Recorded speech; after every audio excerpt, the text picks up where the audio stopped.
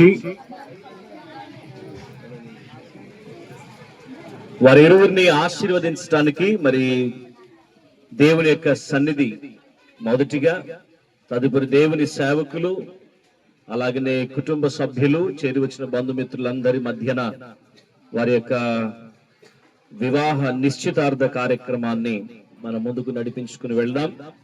ఈ సమయంలో మరి వారి ఇరువురు వివాహము ద్వారా జతపరచబడినటువంటి ఈ యొక్క శుభ తరుణంలో వారి యొక్క ప్రధాన కార్యక్రమంలో, నిశ్చితార్థ కార్యక్రమంలో వారి ఎవరిని కలిపి మరి ఈ సమయంలో ఈ వేదిక ద్వారా మీకు పరిచయం చేస్తూ వారిని ఆశీర్వదిస్తూ ఈ కార్యక్రమాన్ని ముందుకు నడిపించుతాం.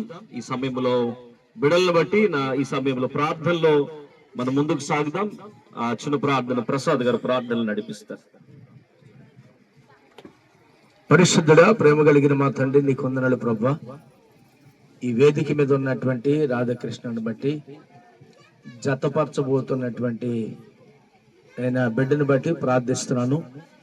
వీరి ఇరువురును కూడా నేను దైవజనుడు ఎదుటను, సంఘము ఎదుటను, నేను బంధువుల ఎదుటను, స్నేహితుల ఎదుటను ఈ నిశ్చితార్థ కూడికను ఆశీర్వాదకరంగా జరిపించి ఇప్పటి వరకు ఒకరి బట్టలు ఒకరు మార్చుకుని నేను వారు ధరించుకుని వేదిక మీద ఉండగా, ఇప్పుడు నీ దాసుడు నిలబడి నీ వాక్యాన్ని బోధిస్తుండగా, నీ దాసుని యొక్క ముఖాంతరంలో నుంచి శ్రేష్టమైన మాటలు, ఇద్దరికి కావలసినటువంటి మాటలు, వచ్చిన కుటుంబాలకి కావలసిన వర్తమానాన్ని అందించబోతుండగా, జరుగుతున్న ఈ కూడికను ఆశీర్వాదకరంగా ఉంచుకుని మహిమ పొందమని, జతపరచబోతున్నటువంటి దంపతులను ఆశీర్వాదకరంగా మార్చుకుని మహిమ పొందమని యేసు నామములో ప్రార్థన చేతులకు అప్పగిస్తున్నాను తండ్రి.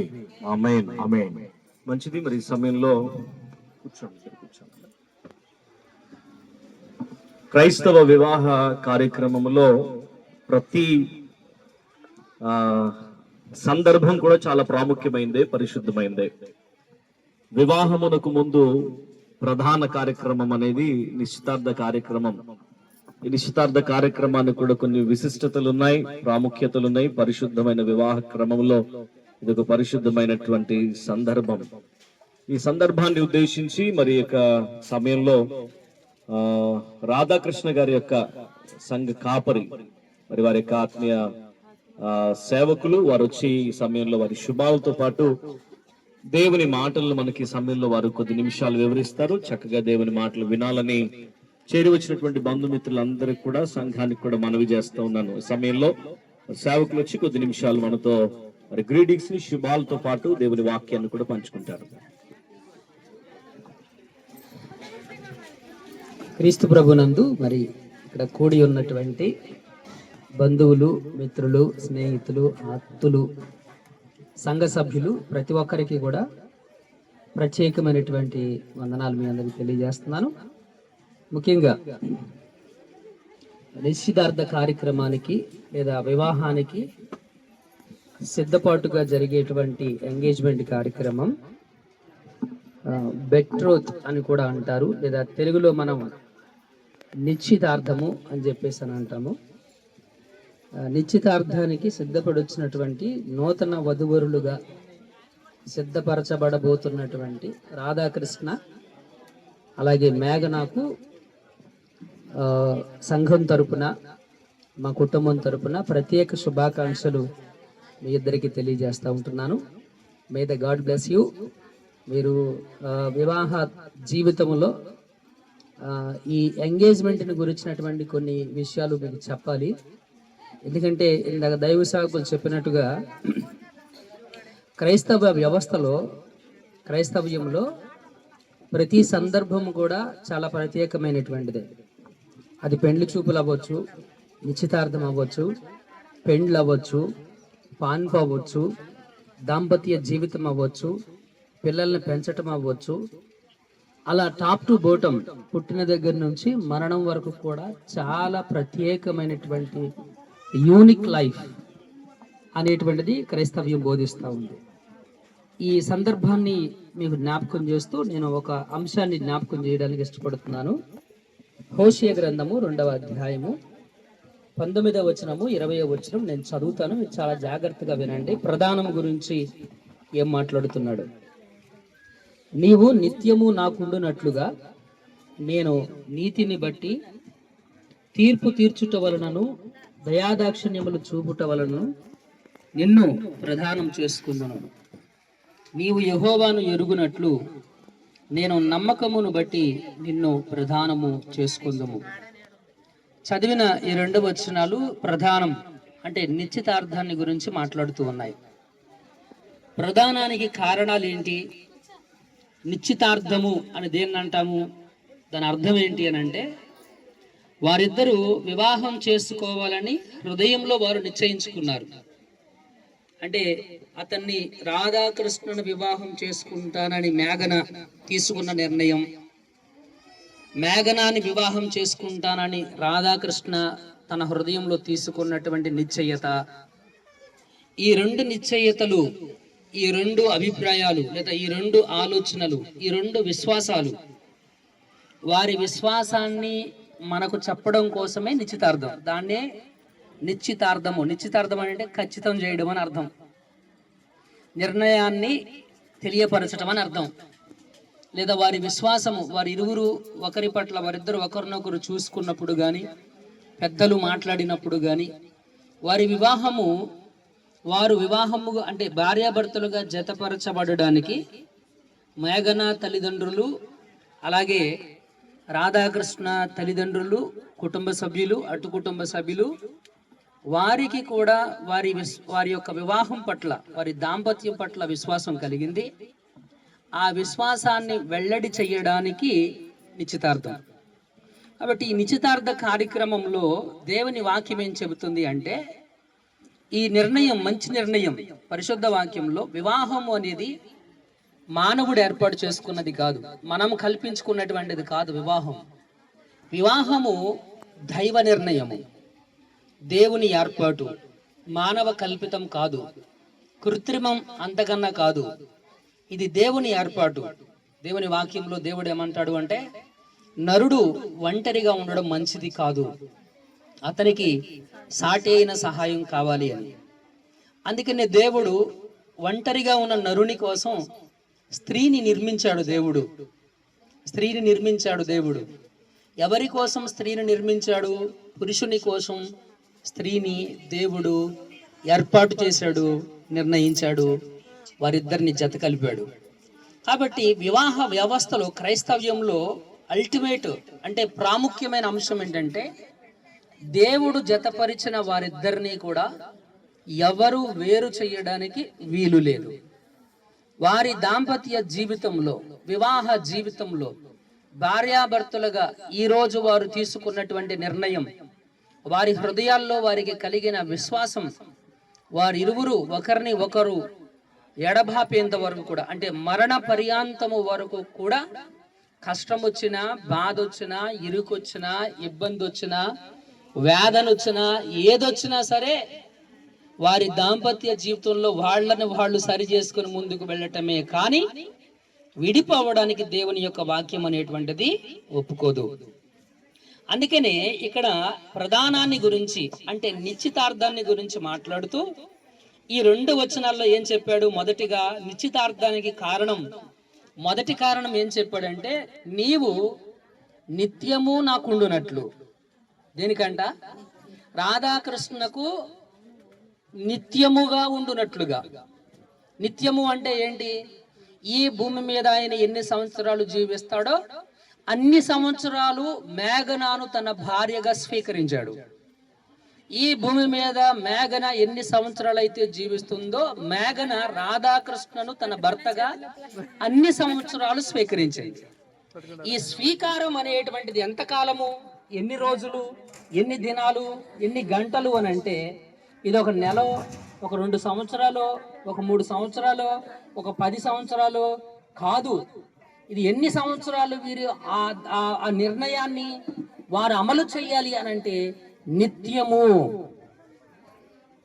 Until the death of their life, అంటే వారి చివరి ఘడియల వరకు కూడా ఆ బాంధవ్యము అనేటువంటిది అలాగా వాళ్ళు ఆ రిలేషన్షిప్ ని వాళ్ళు కొనసాగించాలి. ఇది మొదటి కారణం. ప్రధానానికి మొదటి కారణం ఏంటి అని అంటే, నిత్యము నాకుండునట్లుగా. మేఘన అలాగే రాధాకృష్ణ ఒకరి కోసం ఒకరు నిత్యముగా ఉండాలి. రెండవ కారణం ఏం చెప్పాడు అంటే నీతిని బట్టి అని చెప్పాడు. దేనిని బట్టి? అది నీతి, మోరల్ యాక్టివిటీ. దాంపత్య జీవితము అనేటువంటిది ఇల్లీగల్ కాదు. పెళ్లి కాకోకుండా అంటే వివాహము కాకుండా సంబంధాలు కలిగి ఉంటే ఇల్లీగల్. అది అంటే ఏంటి? అది నీతిని బట్టి కలిగినటువంటి బంధము కాదు. అందుకే మ్యారేజ్ లైఫ్ ని, దాంపత్య జీవితాన్ని అందరూ సపోర్ట్ చేస్తారు. కాబట్టి రెండవ కారణం ఏంటి అని అంటే లీగల్ గా, న్యాయబద్ధంగా, చట్టబద్ధంగా, దేవుని నిర్ణయ ప్రకారం, దైవ నిర్ణయం ప్రకారం నేను నా భార్యగాను అలాగే నేను నా భర్తగాను చేసుకుంటున్నానని వారు తీసుకున్నటువంటి రెండవ నిర్ణయము ఈ నిశ్చితార్థంలో కనబడుతూ ఉంది. ఇంకా మూడవ నిర్ణయానికి వచ్చేసరికి ఏం కనబడుతుందంటే జడ్జిమెంట్, తీర్పు. ఈ దాంపత్య జీవితంలో చివరి వరకు కొనసాగించకపోతే వారి మధ్యలో ఏమవుతుందంట? తీర్పు దేవుడు చేస్తాడు. ఇక్కడ మీరిద్దరూ భయపడవలసింది దేవుని తీర్పుకు. మీరిద్దరూ కూడా భయపడాలి. మీ ఇద్దరూ కూడాను, రాధాకృష్ణ మేఘన అనే వధూవరులు ఇద్దరు కూడాను, మీ ఇరువురికి కూడాను దేవుని తీర్పు ఉంది అని దేవుని వాక్యం చాలా ఖండితంగా చెబుతా ఉంది. హెబ్రీ పత్రికలో చెబుతాడు, వివాహము ఘనమైనది, అన్ని విషయాల్లో ఘనమైనటువంటిది, పాన్పు నిష్కలంకమైనటువంటిది. వ్యభిచారులకు దేవుడు తీర్పు తీరుస్తాడు. You have a responsibility. ఇద్దరు కూడా ఒకరి పట్ల ఒకరు బాధ్యత కలిగి మీ దాంపత్య జీవితాన్ని మీరు గౌరవించుకోవాలి, మీరు విలువనిచ్చుకోవాలి. విలువనిచ్చి దేవుని తీర్పునకు భయపడి ఇరువురు కూడా ఒక మంచి జీవితాన్ని జీవించాలి.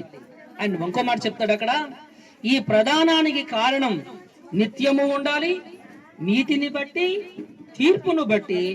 ఇంకొక మాట చెప్పాడు ఇక్కడ, దయా దాక్షిణ్యములు చూపుట వలనను నిన్ను ప్రదానం చేసుకుందును. ఏమి చూపిస్తున్నాడంట? దయా దాక్షిణ్యాలు. వారి ప్రధానంలో వారు ఈ రోజు ప్రదానం చేసుకున్నారు అంటే నిశ్చితార్థం చేసుకుంటున్నారు. ఈ నిశ్చితార్థంలో వారి దాంపత్య జీవితంలో ప్రేమ, అనురాగాలు ఉండాలి. దయా దాక్షిణ్యాలు అనేటువంటివి వారి దాంపత్య జీవితంలో ఉండాలి. కోపోద్రేకాలు కాదు, విభేదాలు కాదు, కొట్లాట్లు కాదు, పోట్లాట్లు కాదు. మీ దాంపత్య జీవితంలో కాన్స్పరెన్సీని మీరు మెయింటెనెన్స్ చేయండి. కాన్స్పరెన్సీ అంటే ఏంటో అర్థం తెలుసా మీకు? రహస్యం. కాపురానికి సంబంధించినటువంటి విషయాలు, భార్యాభర్తలకు సంబంధించినటువంటి విషయాలు మూడవ వ్యక్తికి, అది ఎవరైనా సరే, రాధాకృష్ణ తన తల్లిదండ్రులకు చెప్పకూడదు, మేఘన కూడా తన తల్లిదండ్రులకు చెప్పకూడదు. ఒకవేళ ఉదయం కోపపడినా మధ్యాహ్నానికి మీ కోపం చల్లారిపోవాలి. అది ఉండకూడదు. మీ ఇద్దరి మధ్య కోపతాపాలు ఉన్నప్పటికీ కూడాను, ఒకరి అభిప్రాయాలు ఒకరు అంగీకరించినప్పటికీ కూడాను కొన్ని సందర్భాల్లో అది క్షణకాలం మాత్రమే ఆ కోపోద్రేకాలు ఉండాలి తప్ప అవి జీవితాన్ని విడదీసేటువంటివిగా ఉండకూడదు అని ప్రభువుని బట్టి మీకు తెలియజేస్తా ఉన్నాను. కాబట్టి ఈ నిశ్చితార్థంలో, ఈ ప్రధానంలో, వారి విశ్వాసంలో అంటే వివాహం చేసుకోవడానికి మీరు సిద్ధపడినటువంటి మీ విశ్వాసాన్ని తెలియజేయడానికి వచ్చినటువంటి మీరు ఇద్దరు కూడా మీ విశ్వాసం ఇదిగో ఈ విలువలతో నిత్యము నాకుండునట్లుగా ఆమెను భార్యగా చేసుకుంటున్నావు, నిత్యము నీకుండునట్లుగా ఆమెను అతన్ని భర్తగా చేసుకుంటున్నావు. కాబట్టి మీ దాంపత్యం నిత్యత్వంలో ఉండాలి, నీతిని బట్టి మీ దాంపత్యం కొనసాగాలి, దేవుని తీర్పుకు భయపడాలి, మీ దాంపత్యంలో ప్రేమ, ఆధార, అభిమానాలు అనేటువంటివి ఉండాలి. ఇంకా చివరిగా ఏం చెప్తాడంటే, నీవు యెహోవాను ఎరుగునట్లు. ఏమిటంట? నీవు యెహోవాను ఎరుగునట్లు. మీ దాంపత్య జీవితంలో మీరిద్దరూ కూడా చేయాల్సిన మరొక ముఖ్యమైనటువంటి పని ఏంటంటే దేవుణ్ణి తెలుసుకోవాలి. దేవుణ్ణి తెలుసుకోవాలి. దైవం అనేటువంటి వాడు మీ ఇరువురి మధ్యలో ఉండాలి. మానవ ప్రమేయాలు మీ ఇరువురి మధ్యలో ఉండకూడదు. మనుషులకు మీ దాంపత్య జీవితంలోనికి వీలు కల్పించకుండా మీ దాంపత్య జీవితం అనేటువంటిది కొనసాగించబడాలి. మీరిద్దరు యెహోవాను తెలుసుకోవాలి. అంత మాత్రమే కాదు గాని విశ్వాసం, ఏముండాలి? విశ్వాసం. చివరి మాట ఏంటంటే మేఘనకు రాధాకృష్ణ మీద విశ్వాసం ఉండాలి, రాధాకృష్ణకు మేఘన మీద విశ్వాసం ఉండాలి. నా భార్య ఒక నిర్ణయం తీసుకుంది అని అంటే ఆ నిర్ణయం ఖచ్చితమైనటువంటిది, మంచిది అనేటువంటి నిర్ణయం రాధాకృష్ణకు ఉండాలి.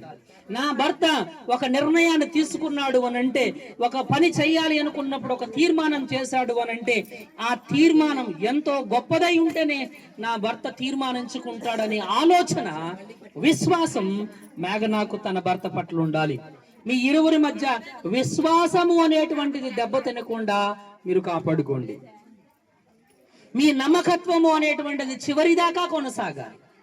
Until the death of your life, the last minute of your life, నీ చివరి క్షణము వరకు కూడా మీ దాంపత్యంలో ఒకరి మీద ఒకరు నమ్మకత్వాన్ని కోల్పోకోకుండా అంత విశ్వాసంగా మీ దాంపత్య జీవితం అనేటువంటిది ఉండాలి అని ప్రభువుని బట్టి నేను మేము ఇద్దరిని కూడా ఆశీర్వదిస్తూ ఈ మాటలు ముగిస్తా ఉంటున్నాను. కొద్ది మాటలు దేవుడు మన విడికిల్లో ఆశీర్వదించునుగాక. Amen. Thank you so much.